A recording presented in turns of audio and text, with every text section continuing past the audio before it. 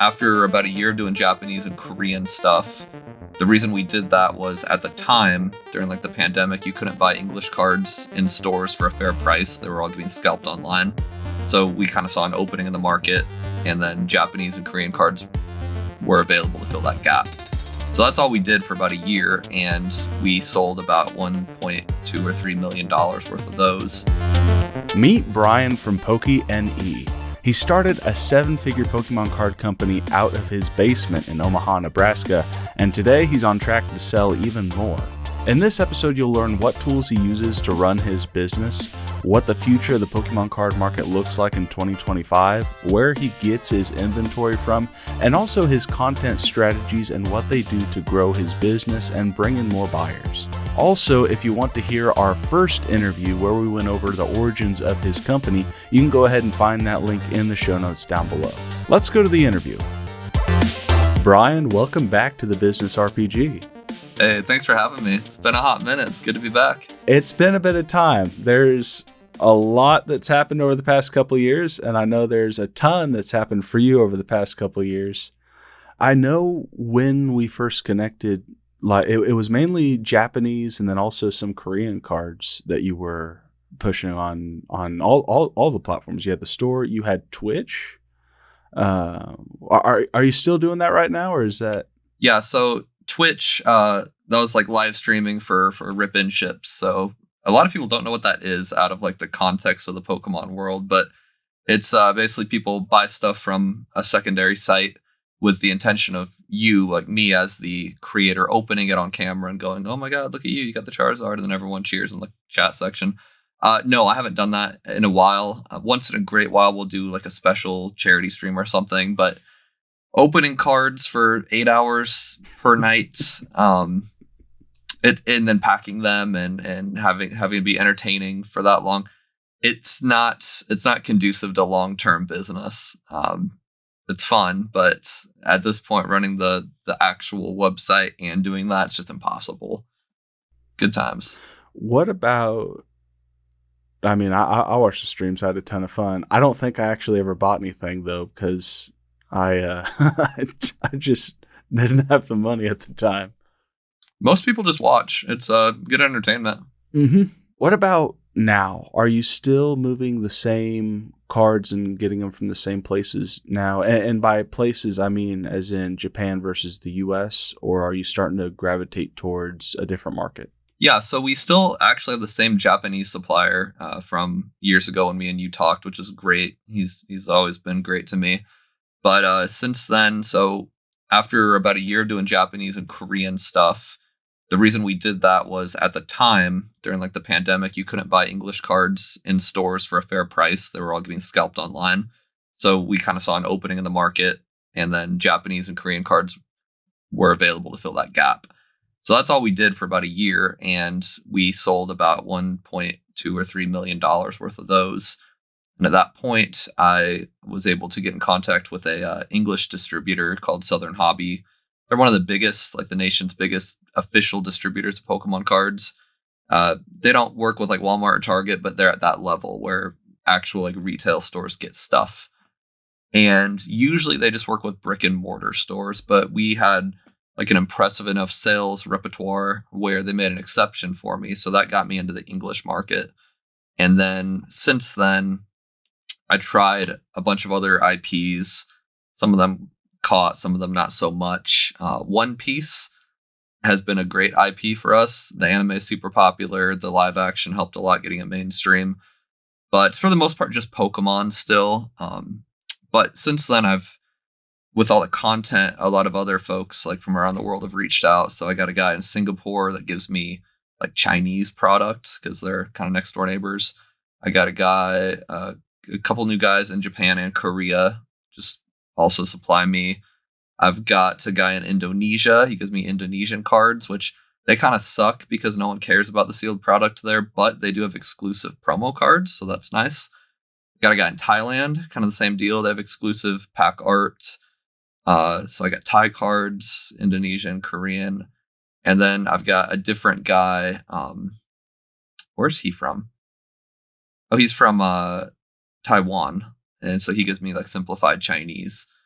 So there's a lot. There's a lot of languages now we cover. Korean and Japanese One Piece too. It's we've expanded quite a bit.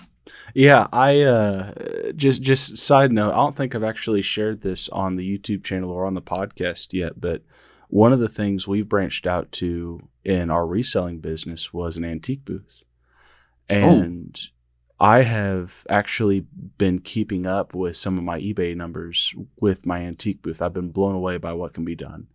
But behind the glass, I ended up getting some of the Korean Pokemon cards that you suggested I start reselling. And I put them in oh there. wow, And throwback. they have been flying off the shelf. It's been Okay. absolutely crazy. Now, I bring that up because you have really been able to tap into the market of what people don't usually see. I know on the Hmm. internet, it's not very hard to come across Korean cards. In person, in the wild, it actually really is in East Texas to find stuff like that. So, what is it that you are looking for whenever you're looking to try a new product? Is it just the fact that it's a different language, or is it an IP that you just have a gut feeling, or is there some data that you actually pull from when it comes to deciding what is going to be the next product that PokeNE needs to put on its website? Low key, that is my favorite question anyone's ever asked me. It's such a good question. I never thought to even answer it. Like I'm gonna straight up make a YouTube video about this topic after this airs. So a lot goes into it now. At first, I just tried everything because the Japanese booster box thing was such a cuckoo idea at the time that I was like, okay, that cuckoo idea worked. I'm gonna try these other ones, and I just kind of threw stuff at Digimon, Yuki. I just tried everything. Now I realize I have to be a little more like precise with what I'm go for. So what I've learned over the year was different languages in and of themselves don't add value to people. They don't see the value in it just because it's Indonesian and it's interesting. Uh, what I do is I go to different countries for cards based on exclusives. So, like in Thailand, simplified Chinese and Chinese, they have like exclusive pack art and box art design. Um, Without boring your audience in Pokemon lore, these other countries got like the Pokemon card game years later than Americans and Japanese people. So they're basically like having to catch up. So they're combining a bunch of sets into like new sets and releasing them as their own thing. So there's like exclusive designs and art on the packaging itself, which people like to collect sealed product.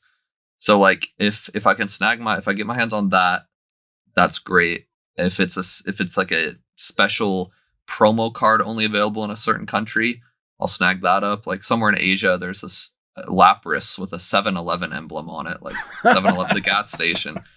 Wildest looking thing. Google it, people at home, because it's hilarious. So that'd be something I'd go for. Um, and then as far as like analytics, you kind of asked about, I've learned that you need you only should get something if it replaces something else logically. So when English cards were hard to come by in America, Japanese was the next best thing, and people were like, "Oh, I'll just Japanese is fine. We'll do that." And then when Japanese cards got overhyped and they got super expensive, Korean cards made sense because quirky, they're a different language, so people think it's interesting, but they're also really cheap. So then that made sense. And then so at One Piece the same way, English One Piece got a little too expensive for people. Japanese One Piece filled the gap. But you can go too far. Like Korean One Piece was a huge failure to us.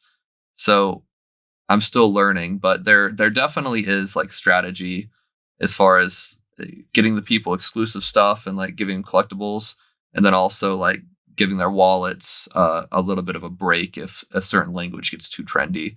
The Pokemon world's really weird. Let's dig into that a little bit deeper, maybe into the macro. Mm-hmm. 2022, 2023, around the time that we were doing those conversations on the show. And I'll link our past episodes in the show notes below for anyone who wants to go back instead of scrolling through the whole feed to find them. At that time, there was the gouging you were talking about. It was hard to find English product in Target or Walmart or wherever have you. Now, I see plenty of it. Yeah.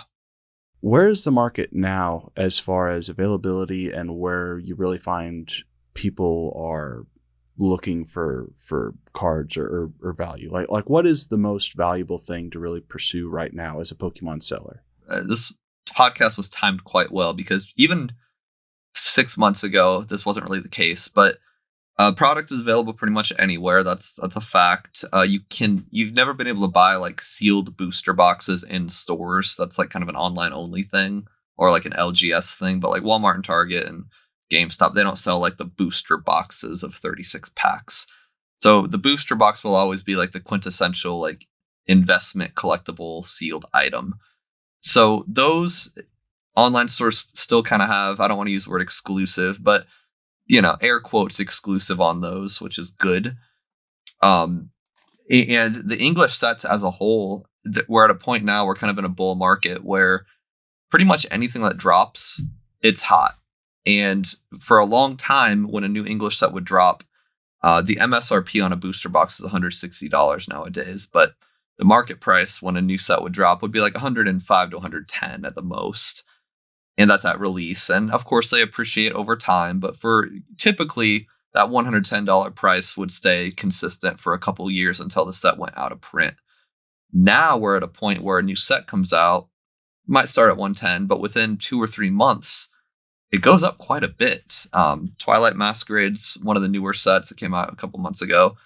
And we're looking at like $120 right now. Paldea Evolved came out like a year and 2 months ago or so. That was $100 on the market all day long. Now TCG players got it for $145 market price. And so Stellar Crown's the newest Pokemon set that came out just last month, and market price is already like $120, $125. So we're seeing like kind of a bull market where these sets come out the gate. They're already $10, $15 higher than they would have been if they came out like 6, 7, 8 months ago. So we're in a really healthy market, actually. Nothing's getting gouged.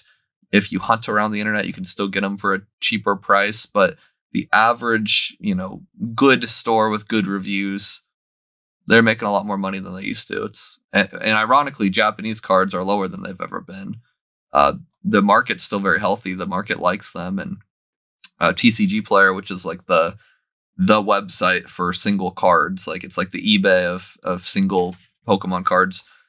They have a section specifically for Japanese cards now, which has never been a thing.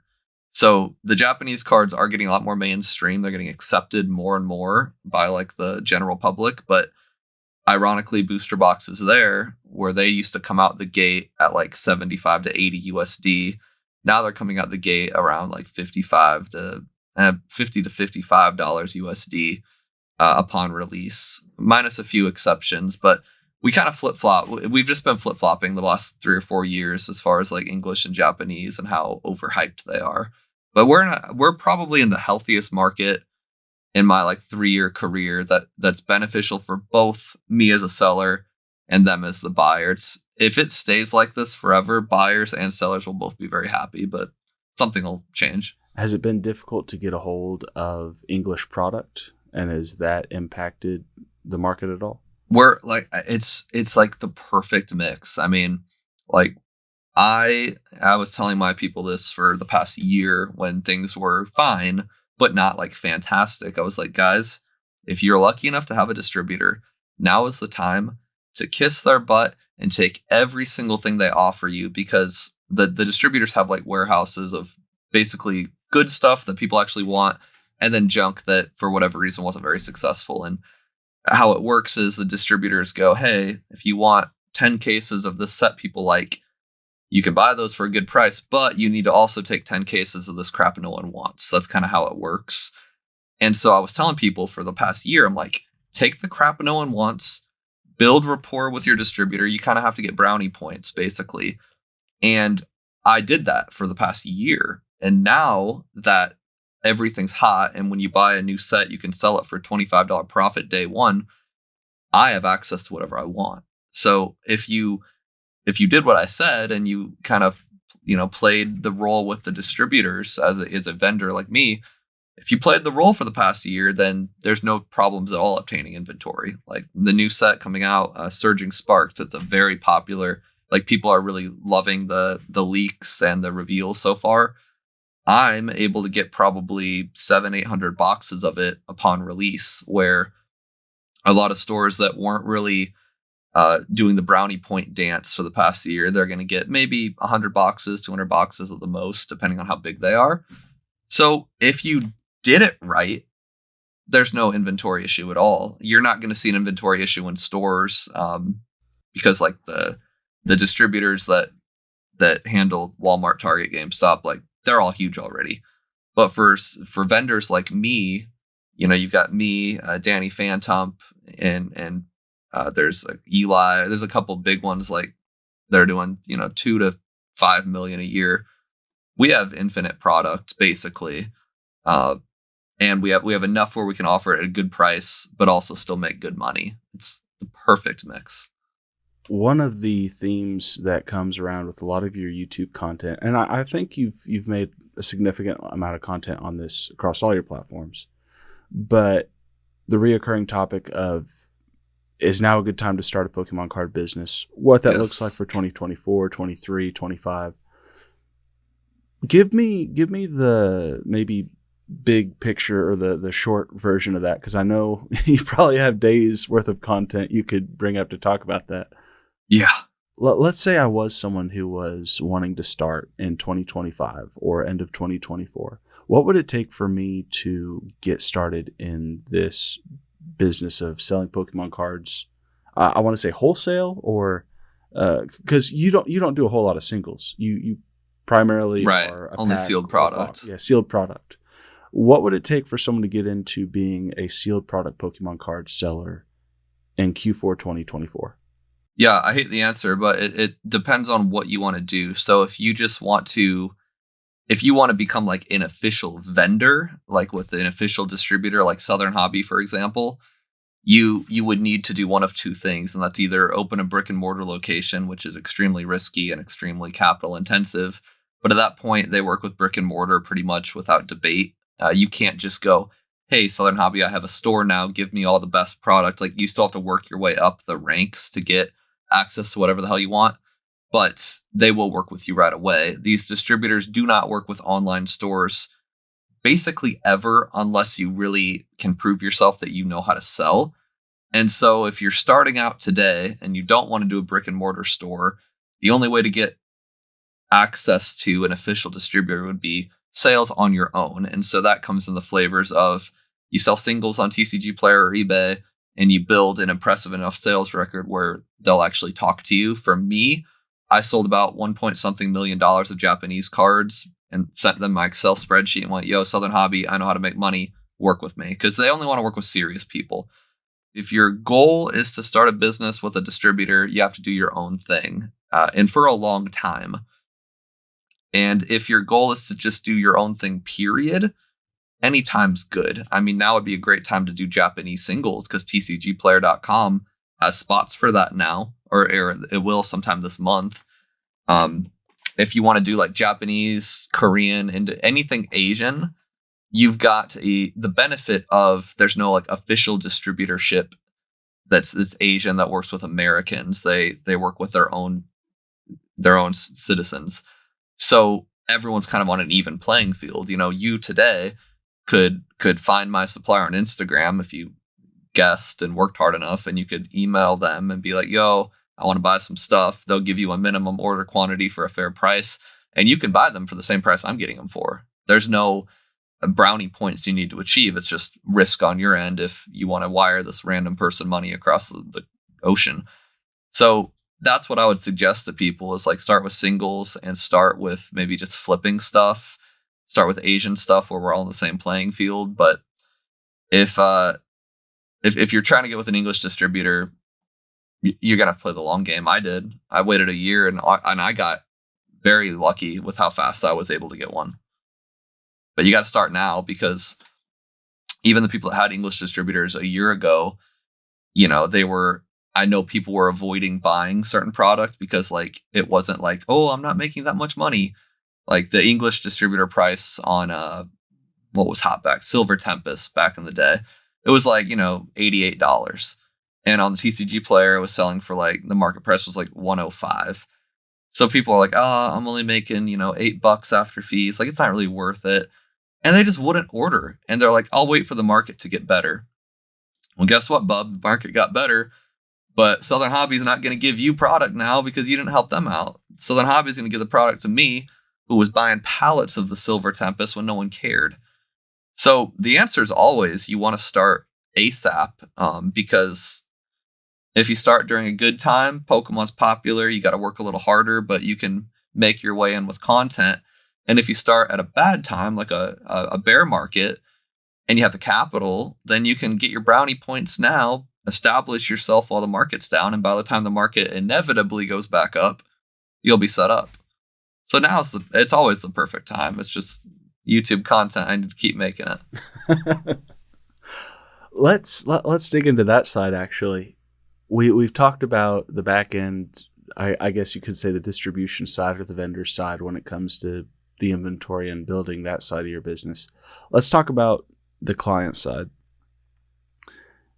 Tell me a bit about your ideal client. Tell me what the typical Pokemon card buyer or new sealed pack buyer, who they are, where you're finding them, what kind of content that they're consuming in order to find you. Like, what is it that, if you were Sherlock Holmes looking at this through their eyes, what is it that they're seeing, and what is it that they're doing to connect with you?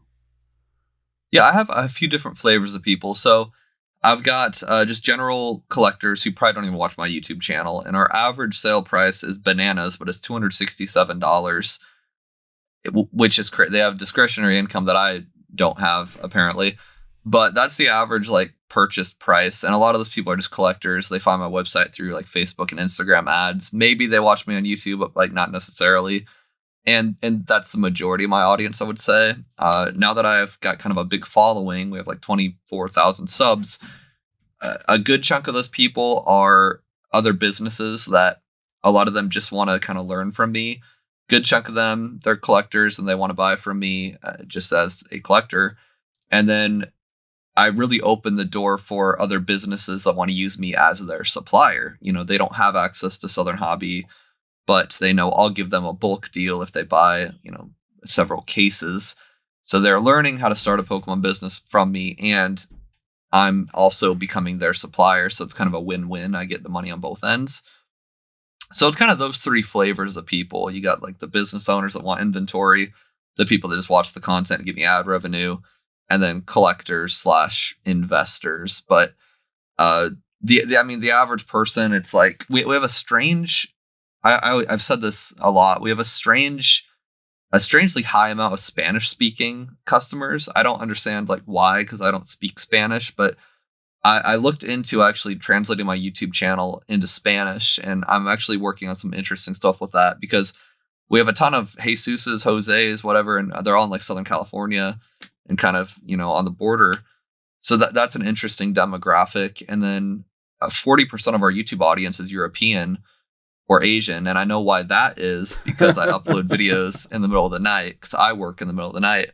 So the people in Asia and Europe, they see the new upload in the middle of their day. So it's probably not good that 40% of my audience is Asian and European, because I don't sell to Asians or European. I don't sell international, but it's an interesting demographic, and it opens the door for like maybe future growth if I want to expand a bit. A lot of flavors of people. Just about every time that we talk, there's something you've done content-wise that has taken your business to the next level. I know, started with TikTok. Instagram was where I actually found you. YouTube has taken off for you. What does it take to make content and to be successful in this niche running your kind of business? Transparency for sure. You have to be real. People can really tell like if you're faking it. And like being real doesn't mean you have to be nice or even like positive. I have a lot of videos that are kind of a bit Debbie Downer vibes. I definitely go hard in on some people and some types of people. And I think people like that. There's Pokemon card investing, for example, is kind of a hot button topic. There's people that take it seriously, and then there's people that think they take it seriously. And I'm not afraid to poke fun at those people, because honestly, someone needs to call them out, because there's people that lose a lot of money thinking they're going to be big ballers one day. And I think just that level of honesty and transparency, it doesn't turn off as many people as you'd think. People actually, I think, really like that, because you get a lot of YouTubers who are overly positive all the time. And like Leonhardt, for example, he's a very nice guy, and his target demographic is children. So he should always be happy, dappy, positive. Like, that's his demo. But adults that watch him, they're sick of it. They don't want to hear it. And I'm like, well, you're not his demographic. So me being kind of more harsh and you curse sometimes, you're a little more inappropriate, you're straightforward thinking, I fill the gap that people like Leonhardt leave open. And that's like the 20 to 50-year-olds in the hobby, which is a huge portion of the hobby. So transparency, being yourself, not being too happy, dappy, zappy, that's important. And also providing actual value. In 2021, you could silently open up a booster pack, and if you got a Charizard, that's all you needed to be famous. Like, oh my God. Now that doesn't work anymore. We've all seen first edition Charizards. We've all seen Neo Genesis. We've all seen everything. At this point, they're showing prototype cards that existed before the card game, and that's old news. There's nothing exciting that you can show people on YouTube that's going to get you famous or even views at all. So we're through with that type of content. Now it's, are you providing actual value? And the people that are killing it, like, I'm not huge. I have 24,000 subs. It's not huge, but I started with like 1,500 this year, and I got to there. I mean, we're getting like 1,500 subs a month. And I'm not the only one. There's Alex from Nostalgianomics. He started very small this year. He's got like 12 or 13,000. There's a guy named Rob Burns. There's Opossum Bud. There's Deep Pocket Monsters. There's a bunch of people. And they provide value.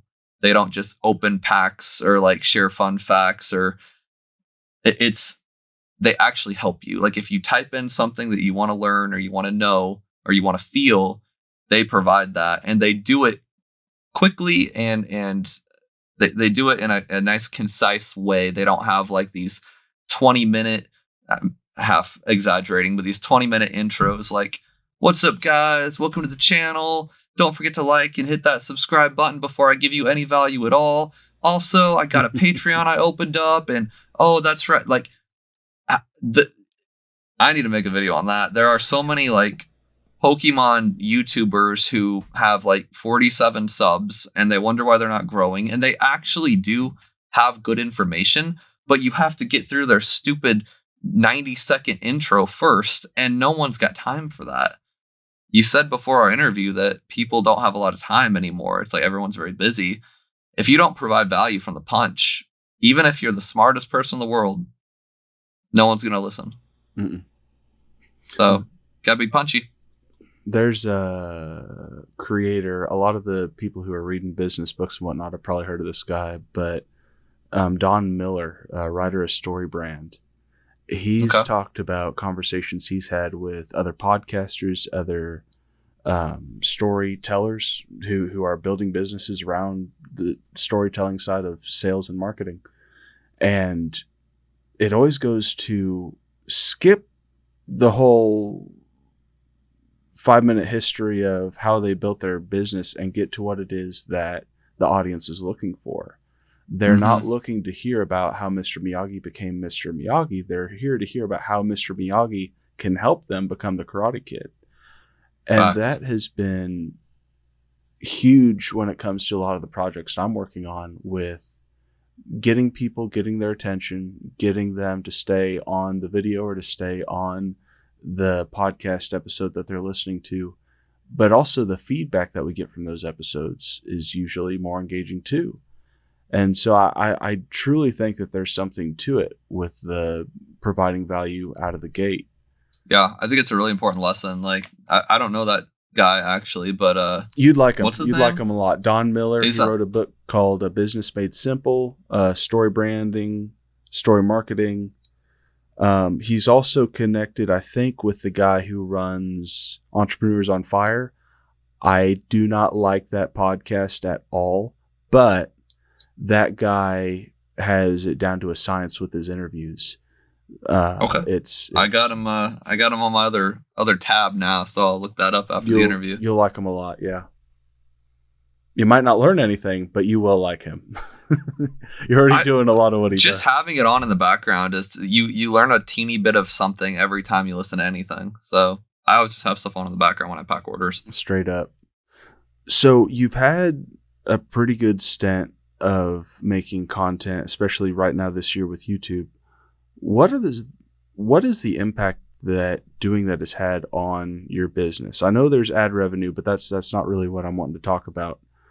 What kind of opportunities have opened up for you as a result of the content you've been making with a YouTube channel?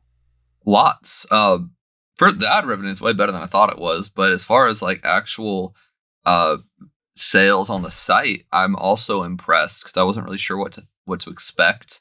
So number one, Shopify, and I don't use Shopify, but Wix recently copied Shopify, where they allow you to sync your website and your YouTube channel together. It's kind of a beta feature on Wix. So I have, if you watch a YouTube video, you see my products like on screen. And so right there, I've got analytics of people buying stuff directly from my channel. And that's a pretty significant amount, actually. So right there, I have like actual like black and white numbers. Other than the black and white numbers, though, I sometimes I do promo codes. So like in the video, I'll be like, yo, use promo code whatever to save $5 on your next order. And I do that to build sales, I guess. But really, I do that so a week later, I can look at how many times the promo code was used. And I can be like, oh, wow, 12 people used the promo code. That video only got 1,500 views. That's pretty good. So I can track it with Wix, with promo codes. Just people like in the notes section on the orders, like when you order something, you can like leave a note. A lot of folks just going, hey man, love your stuff. You're a huge inspiration, blah, blah, blah. Found you on YouTube, whatever. I get a ton of emails. Like people, analytics seems like something that's relatively hard to track or that you have to really work towards tracking, but it might be just kind of a trait of the Pokemon card community as a whole. But people will absolutely tell you if you're doing a good job or a bad job, of course. You will get feedback directly without even asking for it. I mean, I probably get like 100 emails a week saying something along the lines of, saw your channel on YouTube, started my own business, love what you're doing, blah, blah, blah, like positive stuff, probably about 100 a week, which is insane. If you look at my views, it's a large percentage because I'm not like that big to get that many emails, but it's a huge percentage. I'm counting DMs in there too, by the way. So just a lot of like direct feedback. And that I just have to assume those people are translating to sales too. It's a lot of it's like putting a billboard up in your city. It's like the ROI of the billboard, you can't really directly measure all the way, but you definitely have access to tools that I talked about just now where you can directly measure, and that's good. It's also been useful, not just for sales, but for the collaborations. Like you and me, we already knew each other, but you found me on Instagram. So like making content on Instagram got me connected with you, which is awesome. And then making content on YouTube, that's how I met my Singapore guy that gives me English One Piece and some Chinese stuff. Like he found me on YouTube, he emailed me. It's how I met my Indonesian guy. It's how I met my guy from Thailand. It's how I met one of my Japanese suppliers out of the 5 I use. It's how I was connected to like me and Pat Flynn / Deep Pocket Monster.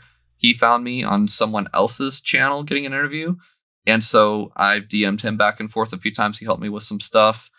I have a contract now with Drip, which is like a competitor of Whatnot. They're a streaming platform. And they hit me up because of YouTube, and they offered me a contract, and we've got a thing going on for the next 3 months. And other YouTubers, Shockwave, that new Transformers movie that just came out, like the animated one. One of the characters in the Transformers, his name's Shockwave. He's like a Transformer. He DM'd me today. I'm not like literally today. And he's like, hey man, I'm in Transformers, which is hilarious. And he's like, I also do nerd stuff. I've got this game I'm building. I want you to be part of it. could you fly to LA and I can't make it to LA, but it was an interesting invitation. And so that was like opportunities like that come all the time now. And it's only because I'm making YouTube videos. Like otherwise I'm just another website. So opportunities from suppliers, from customers, from transformers, it's insane. It's opened so many doors have opened up. Man, I think that, and I'm not going to pretend that I have the biggest audience out there, especially after this podcast had to be shut down for a little while just for some personal things that were going on. You don't have to have a massive audience, I think, to actually see that return on investment. I can resonate on a smaller scale to a lot of what you just said, but also I'm seeing smaller creators that I follow, some that are the same size of you, some that are smaller than you.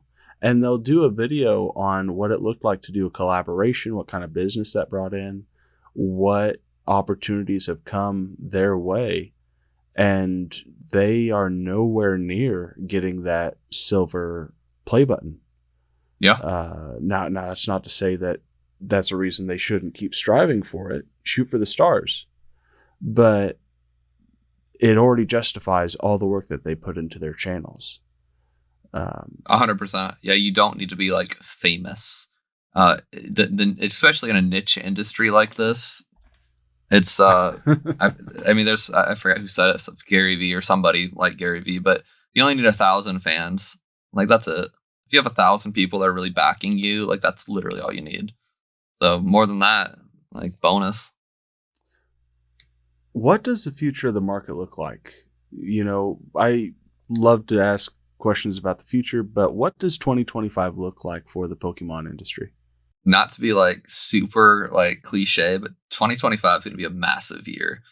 There is so much happening. So it's probably going to be better than this year. And this year was really good for my business, at least. So 2025, we're starting off with a set called Terrastals, something along the lines of it's a set specializing in Eevee. So Eevee is one of the most popular Pokemon out there, definitely top 5. And the set focuses on Eevee and all the evolutions. So like Vaporeon, Jolteon, Flareon, all the other ones.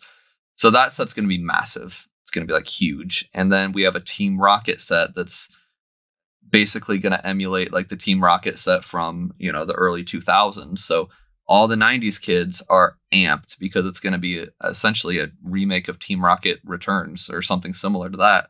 There's going to be like a Gym Heroes-esque set where it's like Misty's Gyarados, but now it'll be, Marnie's Morpeko. So that's going to be huge. They're doing a ton of throwback sets and that's just what we know now. So we can assume there's going to be more that we hear about down the line. There's a Pokemon like ZA, I think. So Pokemon, there's X and Y that came out probably a decade ago now because we're all old and it seems like time just doesn't exist. So like the sequel to like X and Y is coming out next year. That's going to be huge. They'll make a card, a TCG set based on that game.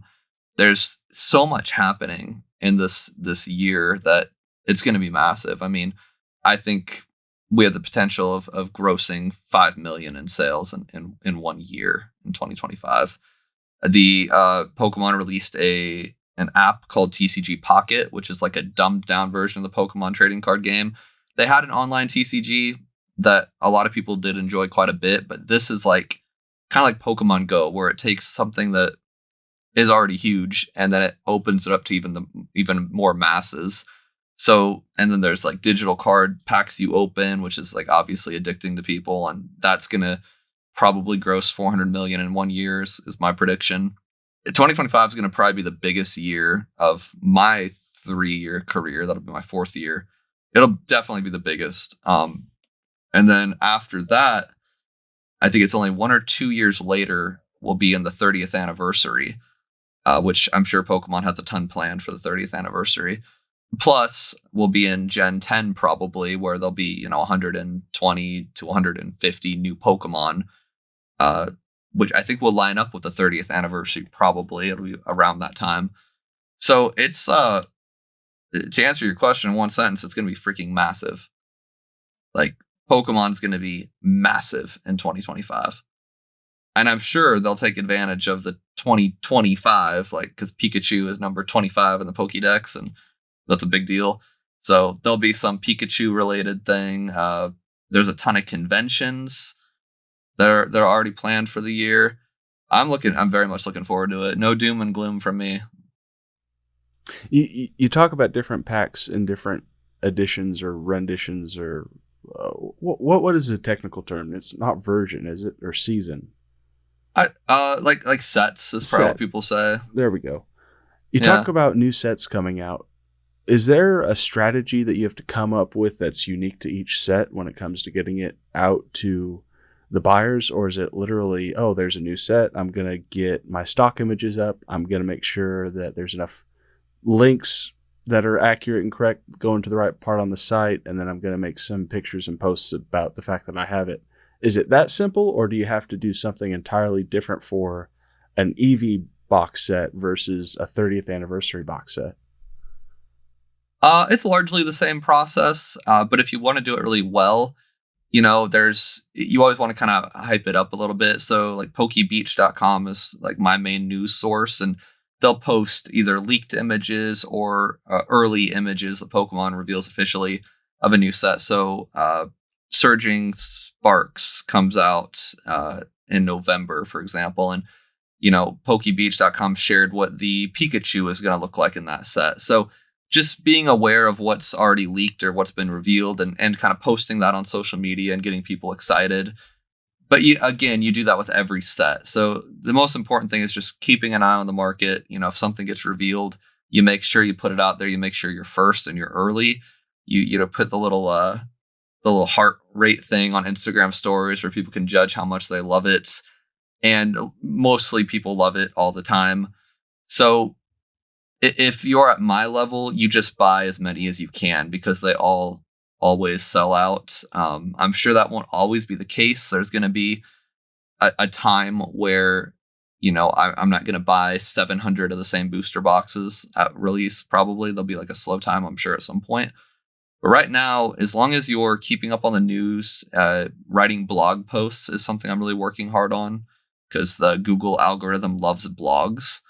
And so if every time there's a new set, a new reveal, a new couple cards that get revealed, writing a blog about that and then linking it to your site and the pre-order of your set, that's important. But largely it's all the same. You just got to make sure you're on top of it. Mm-hmm. Well, let's go ahead and start wrapping down. I know you've answered this question a number of times in the past, but it's still relevant because this is a completely different year from the last time we had an interview. Very. But what are some of the goals that you have for the next year with your business? The goals change, like, honestly, every quarter. So like it's you could ask this question next week and you might hear something different from me. I largely don't want to grow it much, to be honest. I'm kind of done like growing the business. Like at most I want to hit 5 million in revenue in a year. And I don't want to get bigger than that, because at that point, then I need to get a bigger facility, and I'm in my basement now, which I love. And so a bigger facility equals now I'm leasing a space. Now I'm driving to and from a place. Now I've got to have probably a full-time employee or two in that place. Anything like 5 million is probably this basement's a limit. So anything above that, I don't want to deal with. So goals would be 5 million or under. I'd say between 3 and 5 million in sales would be a goal forever. I really want to build the content space. I want to get YouTube to a point where that's a full-time income in and of itself, where if I don't sell a single Pokemon card for a whole year, I can still afford mortgage. So that's my main goal, would be just getting YouTube fully functional. I want channel memberships. I want ad revenue that's consistent. I want to be able to post 3 times a week and maintain the income from the ad rev. And I want to try to travel a little bit more to conventions. I want to hit like 5 or 6 a year is kind of the goal. Every other month would be good.